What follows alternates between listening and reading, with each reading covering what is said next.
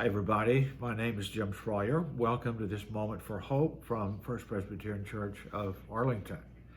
At the conclusion of his second letter to the Thessalonians, Paul writes this: farewell wishes, good wishes. This is 2 Thessalonians chapter 3 and verse 16.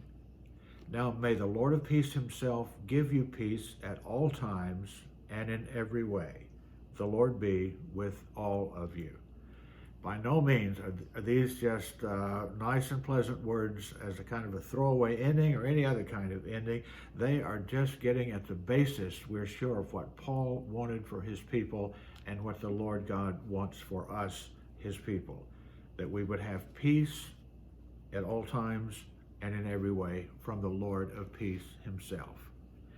Well, I want to think with you about another quarantine a long time ago and how one Presbyterian minister came around to be a giver of hope who has continued to bless people through the generations. That Presbyterian minister was named Dr. Cleland McAfee, and he lived from 1866 to 1944. He was a college professor and also a church pastor, and from either one of these positions, and both of them, he certainly was acquainted with the struggles that a lot of people go through. And we know that Rich and Chris are involved with us in a lot of struggles that we go through. And Dr. McAfee had a shepherd's heart and wanted to help with people during their dilemmas, their heartbreaks, their fears, all the things that the flesh is heir to. We may wonder what Dr. McAfee would think of our current coronavirus situation. Don't know that he had anything exactly like that was spread all over the land, but he certainly had something that was very close to it, and it affected his own family. But we know what the stakes are with us, the economic difficulties, the health of people we love, our own health. It just creates such crisis, such stress for everyone. Well, Dr. McAfee had a brother who lived close to him. The brother had two young daughters, and in the year 1903, each of these daughters was diagnosed with diphtheria. Within 24 hours, each one of these two girls, nieces of Dr. McAfee, died. Well, that would be enough to break anyone's heart, but it was even worse than that because diphtheria was such a highly contagious disease. The parents of these two girls were quarantined inside their own home. Don't we know the stresses that can come from quarantine? And I often think that what must be absolutely the worst thing going on in our current COVID-19 quarantine is having to give up someone we love who is diagnosed with a disease, going into a hospital, going into isolation, and we're not even allowed to visit them.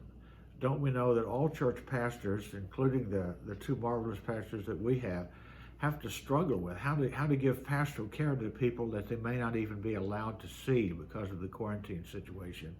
How awful it would be to be whisked away and to be seriously ill for a long period of time and not have the comfort, the prayers, holding the hands of those who love them. Well, that's the way it was with the parents of these two girls who died. Even Dr. McAfee himself was not allowed to go to the house of his grieving brother and his brother's wife to comfort them in that situation.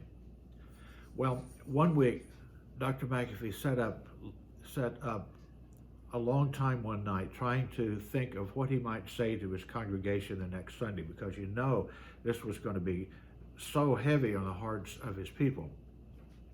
He was praying and pondering, and he was inspired to write a hymn.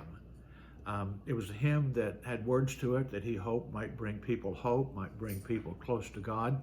And he was enthusiastic about this and took this to the leader of the choir of his church. And on a Saturday night, the choir practiced this hymn. Hey, I guess choirs practiced on Saturday nights back in those days, at least in that town.